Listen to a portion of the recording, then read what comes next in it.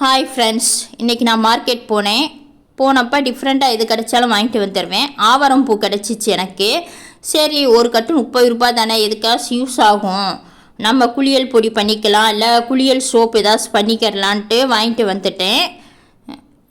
இப்படி தான் இருக்கும் ஆவாரம் பூ செடி இலை எல்லாமே. பார்த்துக்கோங்க. இதை சர்க்கரை வியாதி இருக்கிறவங்களும் கஷாயம் மாதிரி போட்டு கொஞ்சம் எடுத்துக்கலாம், சுகர் கண்ட்ரோல் ஆகும். அப்புறம் நான் என்ன வாங்கினேன்னா மூக்கெட்டை கீரை தான் வாங்கினேன். இதுவும் ஒரு கட்டு 30 ரூபாய் தான்.